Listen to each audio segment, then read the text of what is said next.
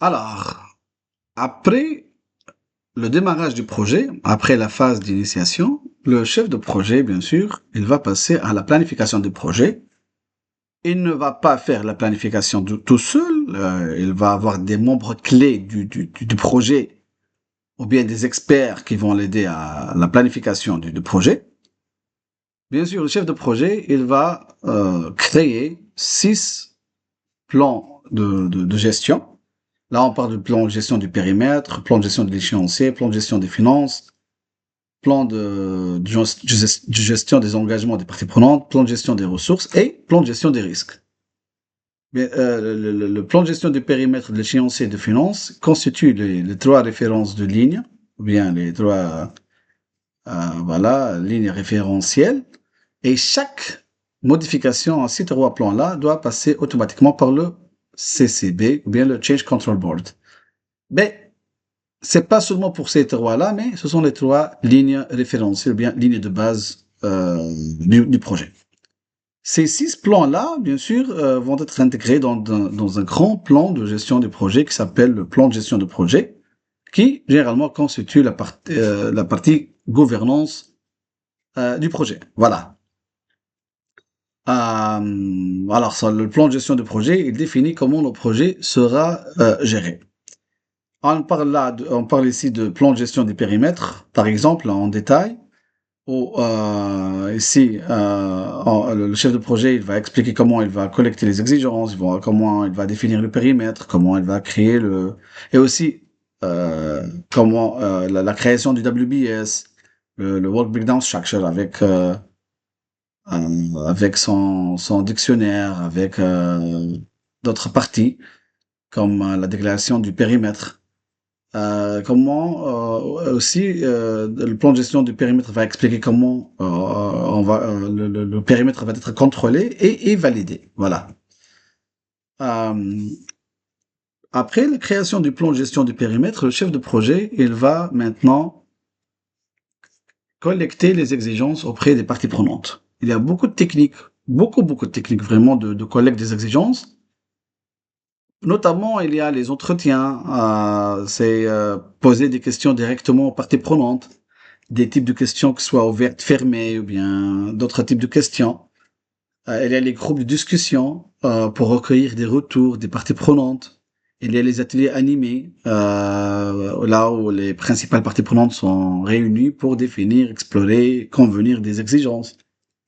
Il y a ce qu'on appelle le méninge, d'accord? C'est-à-dire un large éventail d'exigences et d'idées, mais sans jugement, voilà, comme par exemple le brainstorming in English, d'accord? Il y a d'autres techniques de collecte d'exigences comme les questionnaires, les sondages, ça généralement pour recueillir des informations très rapidement et de manière anonyme parfois. Il y a les observations, l'analyse des documents. Parfois, on peut retenir des exigences du client à travers les contrats, ou bien les processus métiers, les réglementations. Aussi, le prototypage, c'est une technique de clarification des exigences pour mieux retenir les exigences. Voilà. Quand on parle de référence de base du périmètre, ou bien le baseline du périmètre, qui contient généralement l'énoncé du périmètre, comme je viens de dire, d'accord? Énoncé ou bien déclaration du périmètre. C'est un document pas trop long qui contient la liste des livrables majeurs, la limite du périmètre, les hypothèses, les contraintes, les critères d'acceptation. Il y a aussi le WBS, le Work Breakdown Structure, qui est une structure de découpage du travail en français. Voilà, là on met le titre du projet, puis les grands livrables, bien les grands euh, lot de planification, bien lot de travail, puis il y a les lots de travail au-dessous, et puis chaque lot de travail va être divisé en plus en tâches. Et avec le WBS, il y a toujours le dictionnaire que pour chaque box ici, pour chaque carré, il va expliquer ça veut dire quoi exactement ce lot de travail, que les détails, la description, les hypothèses, les critères, etc. Voilà. Ça, c'est généralement le contenu du baseline du périmètre. Puis, il y a le plan de gestion du calendrier, là où Le chef de projet va définir comment les activités, les estimations, les procédures de contrôle de l'échéancier seront gérées. Et puis aussi comment les activités seront définies. L'ordonnancement des activités va être fait, l'estimation de la durée des activités, l'élaboration de l'échéancier avec les différentes techniques d'élaboration. Bien sûr, pour cette partie en particulier, il faut revenir au cours complet pour mieux comprendre les grandes techniques les plus importantes comme le chemin critique, etc. Et puis, bien sûr, bien veiller sur l'échéancier que tout va bien selon le plan. Voilà. Euh, pour la création du calendrier, le chef de projet peut utiliser de différentes techniques d'estimation de durée des tâches, comme le jugement d'expert. Là, on parle de l'utilisation des connaissances et l'expertise des experts métiers ou bien des membres de l'équipe seniors pour estimer les durées des activités. On peut aussi utiliser l'estimation analogique, c'est-à-dire on prend la durée totale d'un projet précédent similaire comme une base d'estimation. Il y a l'estimation périmétrique, c'est-à-dire on applique les relations statistiques ou bien on les calcule pour calculer des durées des activités. Il y a l'estimation par des sommes des éléments. C'est peut-être la technique la plus utilisée et la plus fiable. Il y a aussi les estimations à 3 points, que ce soit 3 points triangulaires, c'est-à-dire on prend l'estimation pessimiste, l'estimation optimiste, l'estimation la plus probable et on les divise sur 3, ou bien l'estimation à 3 points PERT, c'est-à-dire on donne plus de poids à l'estimation la plus probable et on divise le total de l'estimation pessimiste, optimiste et 4 fois la most likely, la plus probable, et on les divise sur 6. Et on utilise cette technique PERT, surtout si l'équipe elle a déjà de l'expérience avec tel type d'activité, par exemple. D'accord?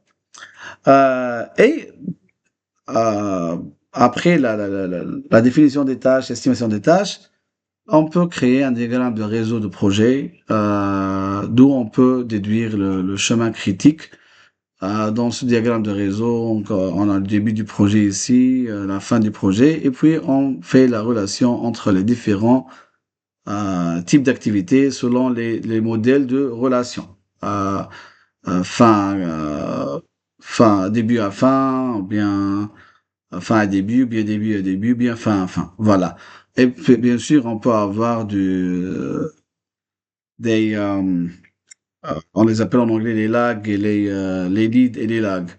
Vous pouvez faire retour au cours complet pour mieux comprendre cette partie à propos de la création du calendrier du projet, le calcul du chemin critique, les différentes techniques aussi, comment calculer le float, etc. Voilà.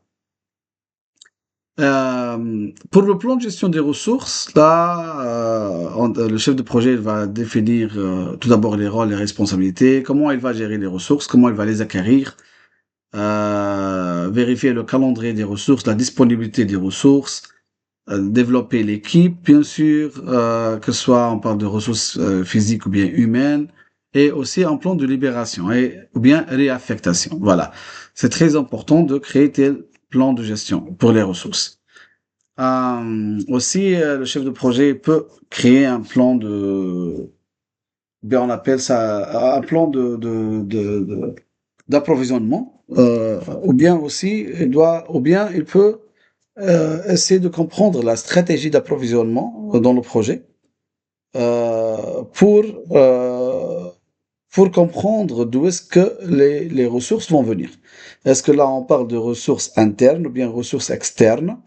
D'accord? Parce que pour chaque choix, il y a des coûts. Il y a des coûts, il y a des avantages et des inconvénients pour le choix des ressources internes.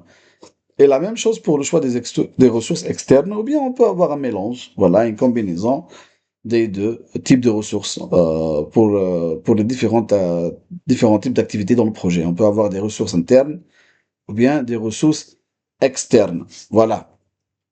Mais il faut, en tant que chef de projet, bien comprendre de quel type de ressources et d'approvisionnement on parle. Voilà. Aussi, PMI, il y a déjà des années, elle encourage à avoir des équipes hybrides. Quand on fait la planification de projet, on peut aussi penser à avoir des équipes virtuelles ou bien des équipes à distance, mais pas seulement des équipes colocalisées sur le champ, sur place du projet. Parce que parfois, on a besoin des ressources qui sont un peu rares, mais elles ne sont disponibles qu'à distance. On ne peut pas les avoir sur place, par exemple. D'accord? Pour la planification des ressources, il y a beaucoup d'outils, comme la structure de répartition des ressources, le Resource Breakdown Structure, la matrice RACI, RACI c'est-à-dire responsable, redevable, le A c'est accountable in English, c'est-à-dire redevable en français. Le C c'est consulter avec, le I c'est tenir informé. Voilà. Alors chaque ressource pour chaque type d'activité, bien pour chaque activité, elle doit savoir si elle est responsable, si elle est redevable, si elle est à consulter avec ou bien à tenir informé tout simplement. Ça peut aider à éclaircir les obligations et les attentes de chaque ressource. Il faut aussi vérifier les calendriers des ressources quand on fait la planification des ressources, quand est-ce que chaque ressource elle sera disponible et quand est-ce qu'on a besoin de cette ressource-là pour qu'elle ne soit pas avec nous, mais juste elle n'a rien à faire. D'accord? Aussi, on peut utiliser les histogrammes pour définir le nombre de ressources dont on a besoin de chaque période, etc. Voilà.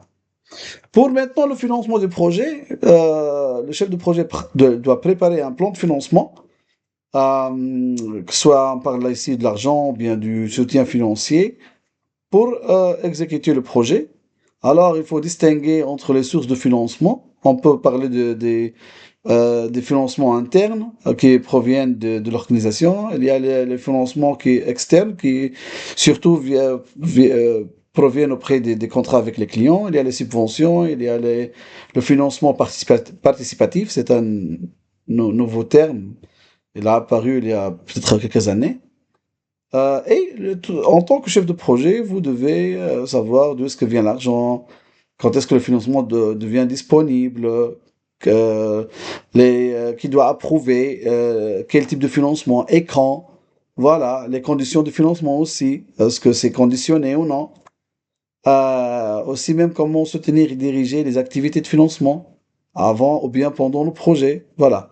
Ça, la partie finance, elle a de plus en plus d'importance dans l'examen PMP. Voilà.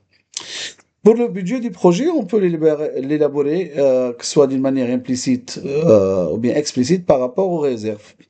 Alors, on démarre des estimations des coûts de travail pour les activités identifiées. Ça nous donne une référence de base pour les coûts. Et on peut ajouter implicitement des réserves de contingence pour les aléas. Et ça nous donne un budget initial auquel on peut aussi ajouter d'une manière implicite un réserve de la direction pour les imprévus.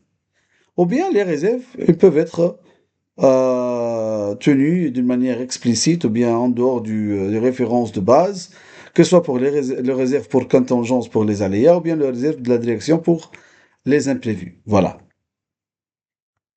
Aussi, durant la planification, en tant que chef de projet, tu dois planifier comment engager les parties prenantes. Tout d'abord, on a déjà parlé de l'identification des parties prenantes durant la phase d'initiation. Durant la phase de planification, tu vas analyser le pouvoir d'intérêt de chaque partie prenante pour les prioriser, puisque pas toutes les parties prenantes ont la même importance.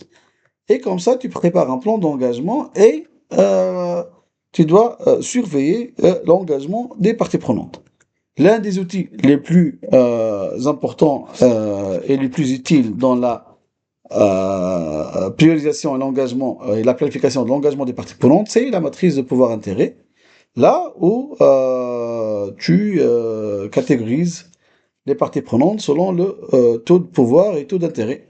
Alors, une partie prenante a fort pouvoir et fort intérêt et la priorité 1, on doit la gérer étroitement du jour au jour. Là, comme ici on parle du sponsor, du client et tout. Une partie prenante avec un fort pouvoir mais faible intérêt, juste tu dois les maintenir satisfaites, ne pas les ennuyer avec beaucoup d'informations, juste tu leur donnes les informations juste nécessaires pour dont elle a besoin. Dans la troisième place, il y a les parties prenantes avec fort intérêt mais faible pouvoir. Par exemple, tes collègues, etc. Ces parties prenantes sont très importantes parce qu'elles peuvent t'aider à résoudre des problèmes techniques ou bien même elle peut servir en tant que système d'alerte précoce face aux menaces. Et en quatrième position, il y a les parties prenantes avec faible intérêt, faible pouvoir, mais qui doivent être mentionnées en tant que bien identifiées en tant que parties prenantes. Il faut juste les surveiller, surveiller son niveau d'intérêt ou bien son niveau de pouvoir en cas de changement. Voilà. Et ne pas les ennuyer avec trop d'informations. Aussi avec les parties prenantes, et même avec l'équipe, hein, il faut préparer un plan de gestion de communication.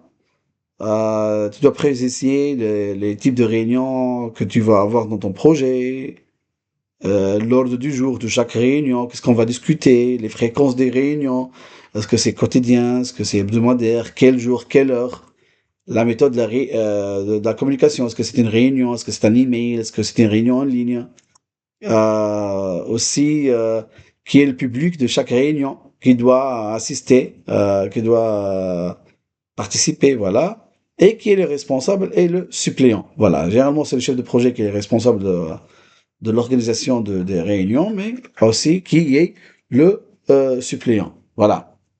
Il y a une note très importante, c'est que pour le chef de projet, il faut toujours envoyer les comptes rendus, bien les notes, durant la même journée, ou bien au plus tard, durant les 24 heures qui suivent la réunion. D'accord?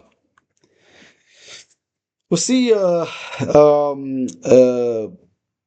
pour quelques types de projets, le chef de projet aussi doit préparer un plan de gestion des approvisionnements en cas où il va s'approprier des machines, de la matière première, du software, des logiciels, etc. Voilà. Alors, il doit préparer un plan de gestion, malgré que PMI elle a fait bouger cette partie-là, elle la met dans le PMBOK 8 dans une partie supplémentaire, mais elle fait plus partie des domaines de performance puisque PMI il a justifié ça. Elle a dit que pas tous les chefs de projet gèrent des approvisionnements dans les sociétés, mais il aura dans l'examen quelques types de questions à propos des contrats, à propos les conflits avec les vendeurs, les prestataires de services et tout. Voilà. Alright.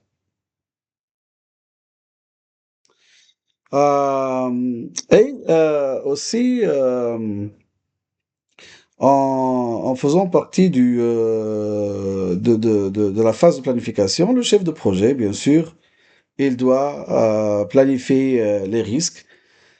Euh, il doit suivre tout un processus de gestion de risque et surtout c'est mandaté par la gouvernance, c'est-à-dire le chef de projet doit bien savoir comment préparer un plan de gestion des risques, comment identifier les risques, les analyser d'une manière que ce soit qualitative, quantitative, les prioriser, planifier des réponses aux risques, mettre en œuvre les réponses aux risques et surveiller les risques du projet tout au long du projet, d'accord? Ça, c'est l'une des parties les plus importantes à faire, pas seulement durant la phase de planification, mais tout au long du projet, hein, d'accord? Puisque pour les risques, généralement, on prend des actions préventives avant que le risque ne survienne. Mais si la menace survient, là, on parle alors d'un problème auquel nous devons prendre des actions correctives. Voilà. Pour les risques aussi, tu dois planifier, surtout pour des risques élevés, hein, tu dois planifier les réserves pour aléas. On appelle ça les plans de contingence, c'est-à-dire mettre à côté une somme pour couvrir les dégâts ou bien l'impact si la menace provienne. Voilà.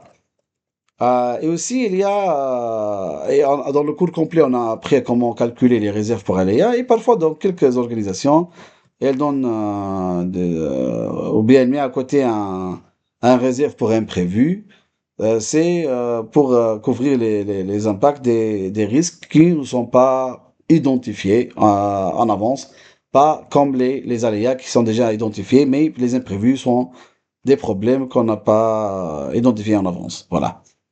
Aussi, pour les risques élevés, tu dois savoir comment répondre aux risques là. Mais si on parle d'un risque négatif, c'est-à-dire des menaces, euh, tu peux planifier de l'éviter, c'est-à-dire modifier le plan pour éviter la menace, ou bien on peut prendre une action d'atténuation, c'est-à-dire on essaie de réduire la probabilité ou bien l'impact de la menace. On peut aussi prendre une action pour transférer l'impact ou la responsabilité à une autre partie tierce, par exemple en achetant une assurance. Ou bien on peut accepter la menace, surtout si prendre action c'est beaucoup plus coûteux, ou bien ça vaut pas le coup de prendre une action. Et finalement, face à une menace, on peut toujours escalader. Pour les opportunités, on peut prendre action pour tirer parti de l'opportunité, c'est-à-dire exploiter, ou bien on peut faire des actions pour augmenter ou bien renforcer la probabilité ou bien l'impact de la probabilité. Si une opportunité est loin, ou bien est pas facilement exploitable, on peut la partager, collaborer avec d'autres parties pour accroître la valeur de l'opportunité, ou bien tout simplement on peut accepter l'existence de l'opportunité sans vraiment prendre une action, peut-être la prendre ultérieurement, et finalement, si une opportunité est en dehors du périmètre du projet, on peut l'escalader au supérieur. D'accord?